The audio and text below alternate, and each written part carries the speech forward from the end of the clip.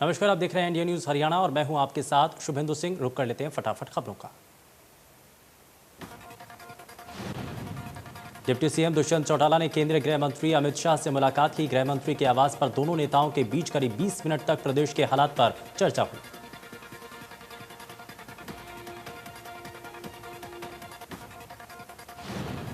पंचकुला में किसानों की आय दोगुनी करने और फसल विविधीकरण पर की गई कार्यशाला में राज्यपाल आचार्य देवव्रत, मुख्यमंत्री मनोहर लाल, विधानसभा स्पीकर ज्ञानचंद गुप्ता ने शिरकत की। इस दौरान सीएम मनोहर लाल ने कहा कि प्रगतिशील किसान खुद तीनों कृषि कानूनों की समीक्षा करें। सीएम ने कहा कि किसान खुद खेती भी करें और कारोबार भी करें। सीएम ने कहा कि किसान खुद तीनों कृषि कानूनों की समीक्षा के बाद तय करें और अच्छे लगे तो तारीफ करें, नहीं तो खुले मन से कमी बताएं।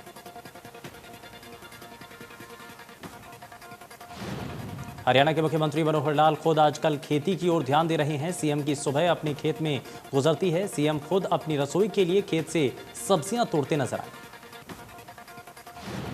चंडीगढ़ सीएम आवास में इन दिनों ऑर्गेनिक सब्जियों की पैदावार हो रही है, जिनमें खीरा, टमाटर, भिंडी, घिया, तोरई और करेले जैसी सब्जियां बिना किसी खाद और कीटनाशक के उगाई गई। सीएम ने खुद इन सब्जियों की देखभाल करते हैं और सीएम खुद किसान परिवार से हैं। रोहतक जिले के बनियानी में सीएम की पुश्तैनी जमीन है। अंबाला में कांग्रेस प्रदेश अध्यक्ष कुमारी सैलजा के नेतृत्व में कार्यकर्ताओं ने सरकार के खिलाफ जोरदार प्रदर्शन किया। सैलजा ने महंगाई को लेकर सरकार पर वार किया। किसानों के एजेंडे को लेकर बीजेपी के सवालों पर सैलजा ने कहा कि किसान का एजेंडा सिर्फ अपनी मेहनत से देश का पेट भरना होता है। किसान का मुनाफा ही नहीं होता तो वो मुनाफाखोरी कैसे कर सकता है। वैक्सीनेशन को लेकर सैलजा ने सरकार को घेरा। कहा, वैक्सीनेशन का कितना बुरा हाल है ये पूरा देश देख रहा है। वैक्सीनेशन के लिए पोर्टल काम नहीं करते और लोगों को वापस भेज दिया जाता है। कुरुक्षेत्र में पेट्रोल डीजल के बड़े दामों के खिलाफ कांग्रेसियों ने धरना प्रदर्शन किया। कहा, बीजेपी सरकार जनभावनाओं से खिलवाड़ कर रही है। हम जनता की आवाज को उठाएंगे। यमुनानगर में कांग्रेस कार्यकर्ताओं ने जोरदार प्रदर्शन किया। प्रदर्शन का नेतृत्व करते हुए विधायक बीएस सैनी ने कहा कि महंगाई से समाज के सभी लोग प्रभावित हो रहे हैं। हिसार में कांग्रेस कमेटी ने प्रदर्शन किया। कार्यकर्ताओं ने हाथों में पेट्रोल और डीजल की बढ़ोतरी के बैनर लेकर विरोध जताया। खरौंडा में जिस तरीके से विरोध है उसको लेकर के तस्वीरें सामने आई। डीजल पेट्रोल की बढ़ी हुई कीमतों के विरोध में कांग्रेस का देशव्यापी प्रदर्शन। खरौंडा में कांग्रेस कार्यकर्ताओं ने विरोध प्रदर्शन किया। सरकार के खिलाफ नारेबाजी की और तेल के दाम कम किए जाने की मांग की। पेट्रोल डीजल की बढ़ी हुई कीमतों को लेकर जींद में कांग्रेस कार्यकर्ताओं ने पेट्रोल पंप पर 2 घंटे का सांकेतिक धरना दिया। धरने में सफीदो विधानसभा से विधायक सुभाष गांगुली भी पहुंचे। तिगांव में पूर्व विधायक ललित नागर ने कार्यकर्ताओं के साथ विरोध प्रदर्शन किया। कहा कि बीजेपी सरकार सिर्फ वादे करती है, निभाती नहीं है। महंगाई से हर आम आदमी परेशान है। कैथल में कांग्रेसी कार्यकर्ताओं ने पेट्रोल और डीजल के बड़े दामों को लेकर प्रदर्शन किया। प्रदर्शन की अगुवाई कांग्रेस नेता रणदीप सुरजेवाला ने की। कार्यकर्ताओं ने बैलों की जोड़ी और ट्रैक्टर के साथ प्रदर्शन किया। फतेहाबाद में कांग्रेस के कार्यकर्ताओं ने पेट्रोल पंप के बाहर धरना दिया और जमकर नारेबाजी की। इस दौरान कार्यकर्ताओं ने जमकर सोशल डिस्टेंसिंग की धज्जियां उड़ाई और कुछ के चेहरे पर मास्क भी नजर नहीं आए।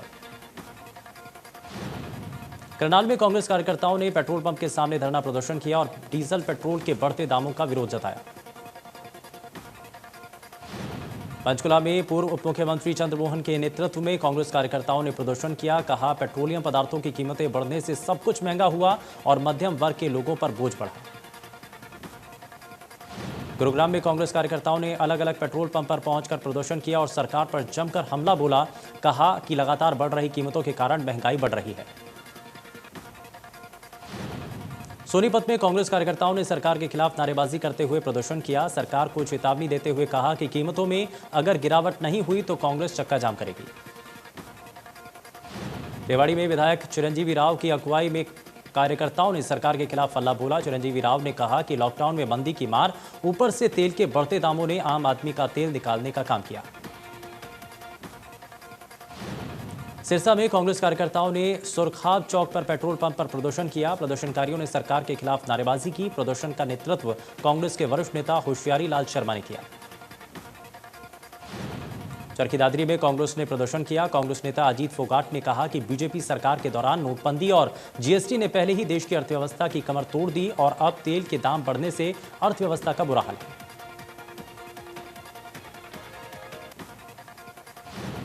कांग्रेस के प्रदर्शन को लेकर कैबिनेट मंत्री मूलचंद शर्मा ने कहा कि जब दाम घटते हैं तब कांग्रेस नहीं बोलती। पेट्रोल और डीजल के भाव तो ऊपर नीचे होते रहते हैं।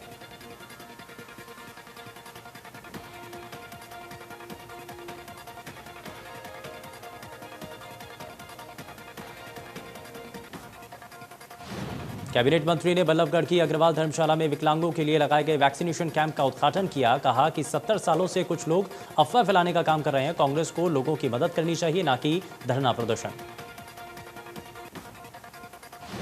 कांग्रेस के प्रदर्शन पर कैबिनेट मंत्री अनिल विज ने कहा कि ये विपक्ष का काम है कि वो मुद्दे उठाए और सरकार का काम उसका समाधान करना है।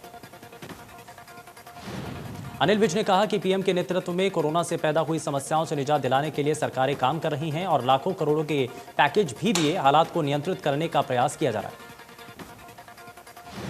सीरो सर्वे के बारे में स्वास्थ्य मंत्री ने बताया कि इस बार सीरो सर्वे 6 साल से ऊपर की आयु के बच्चों से शुरू किया जाएगा। तीसरी लहर की तैयारी की जा रही है।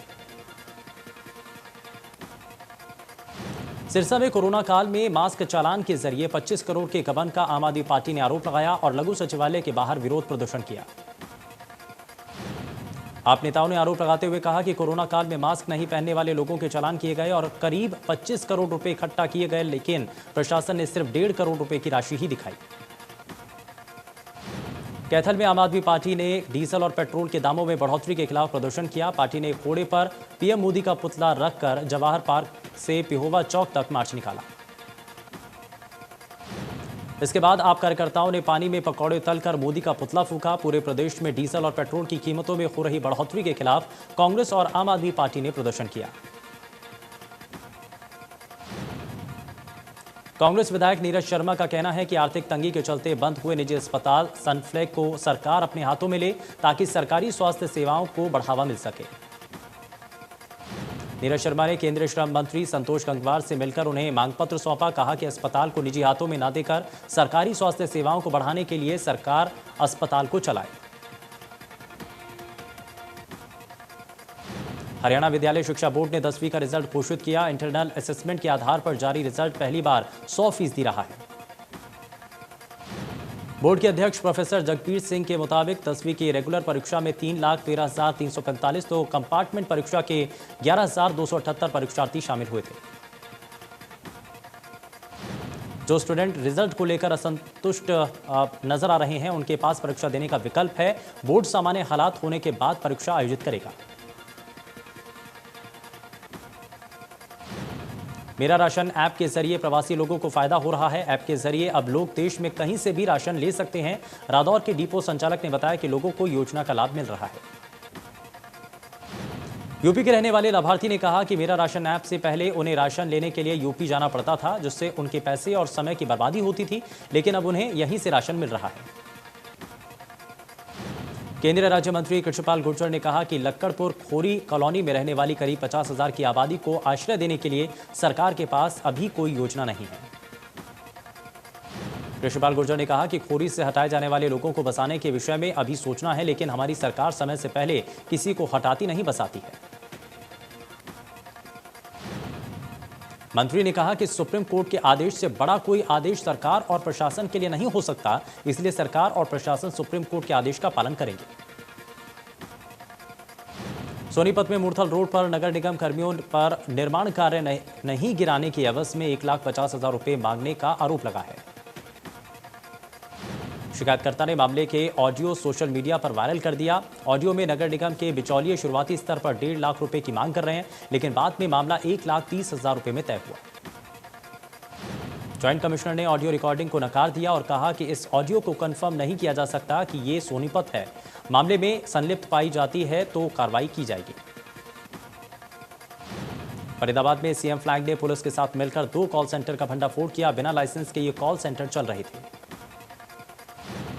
टीम ने मौके से 9 लोगों को गिरफ्तार किया है। कॉल सेंटर से विदेशी नागरिकों को लूटने का काम किया जा रहा था। दोनों कॉल सेंटर के इलेक्ट्रॉनिक उपकरण पुलिस ने बरामद किए हैं।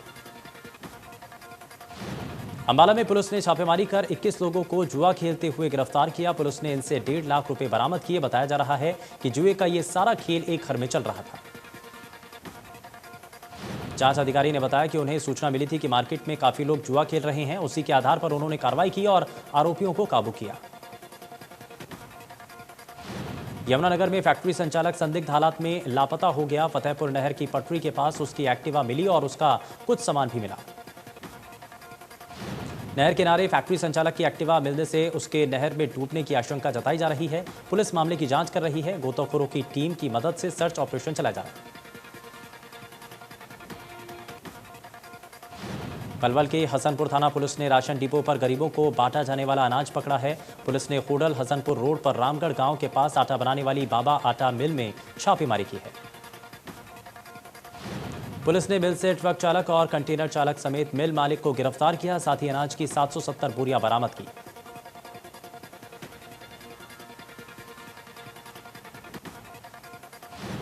थाना प्रभारी राजेश कुमार ने जानकारी देते हुए बताया कि थाना हसनपुर पुलिस को सूचना मिली थी कि राशन को बाबा आटा मिल में उतारा जा रहा है। पुलिस ने छापेमारी की।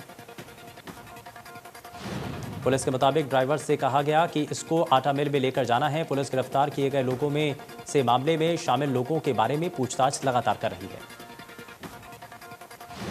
बीजेपी सांसद संजय भाटिया यमुनानगर नगर पहुंचे हैं, जहां उन्होंने विपक्ष पर निशाना साधा। कहा कि राहुल गांधी और उनकी पार्टी धरातल खो चुकी है। किसानों को भ्रमित करने के प्रयास करते रहते हैं। उनकी दाल गलने वाली नहीं है। पूर्व सीएम हुड्डा पर हमला बोलते हुए संजय भाटिया ने कहा कि किसानों पर गोली चलाने वाले, उनकी जमीनों को लेकर बिल्डरों के हाथों में करोड़ों में बेचने वाले किसानों की बात क्या जाने। इनका भला किसानों का किया होता तो 2 बार उन्हें उखाड़ना फेंकते। संजय भाटिया ने कहा कि किसान सारी बात समझते हैं, खेतों में काम कर रहे हैं, मंडी में फसल ला रहे हैं, लेकिन किसानों की आड़ में जो किसान नेता बने हुए हैं वो जानबूझकर समझने को तैयार नहीं। किसान नेताओं से पूछो कि कानून में गलत क्या है।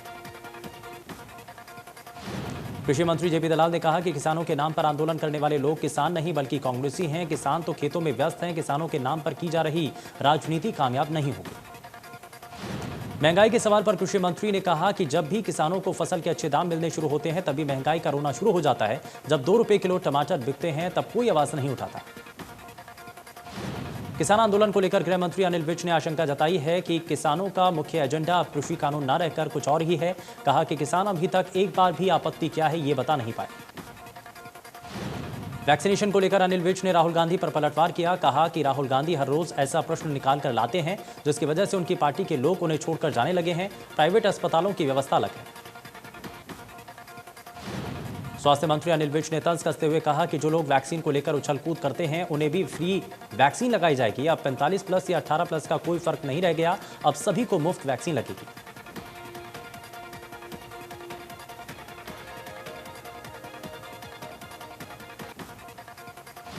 कोरोना काल के दौरान हुई मौतों के बाद शमशानों में अपनों का अस्थियां इंतजार कर रही हैं। रोहतक पीजीआई में करीब 1100 लोगों की कोरोना से मौत हुई, जिनका अंतिम संस्कार वहां के 2 शमशानों में किया गया। अभी भी ऐसी 200 से ज्यादा मृतकों की अस्थियां हैं जिनके परिजन उन्हें लेने नहीं आए। लॉकडाउन के चलते सामाजिक संस्थाएं भी अस्थियां प्रवाहित नहीं कर पाए। गुरुग्राम पंचकुला के बाद यमुनानगर में ड्राइव थ्रू वैक्सीनेशन के जरिए लोगों को वैक्सीन लगाई गई, जिसका उद्घाटन जिला उपायुक्त ने किया है। कोरोना की तीसरी लहर की संभावनाओं को देखते हुए स्वास्थ्य विभाग ने इंतजाम शुरू कर दिए। नू के ताबलू, पिनगवा, पुनहाना में 20-20 बेड की व्यवस्था की गई। सिविल सर्जन ने कहा कि जिले की 4 सीएचसी पर बेड का इंतजाम कर दिया गया। कोरोना की तीसरी लहर की संभावना को देखते हुए स्वास्थ्य विभाग पूरी तैयारी कर रहा है।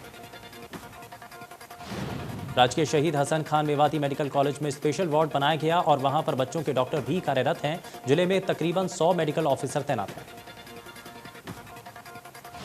कोरोना महामारी से निपटने के लिए नूक में सहगल फाउंडेशन ने अल आफिया अस्पताल को 10 ऑक्सीजन कंसंट्रेटर दिए, जिसे जिला उपायुक्त ने हरी झंडी दिखाकर रवाना किया। जिला उपायुक्त ने सहगल फाउंडेशन और इंडिया एसोसिएशन ऑफ मिनेसोटा का मदद करने के लिए आभार व्यक्त किया। कहा कि मुश्किल समय में ये राहत सामग्री अस्पतालों और मरीजों के लिए मददगार साबित होगी। भवानीखेड़ा में बिजली बोर्ड के पास सीवरेज की पाइपलाइन टूटने से एक बार फिर करीब 30 फुट गहरा गड्ढा बन गया। 2 महीने पहले भी पाइपलाइन टूटने से ऐसे ही गड्ढा बना था। एक बार फिर से पाइपलाइन टूटने के कारण जमीन धंसने से वार्ड वासियों में हादसे का खतरा बना हुआ है। लोगों ने प्रशासन से समस्या के स्थायी समाधान की मांग की।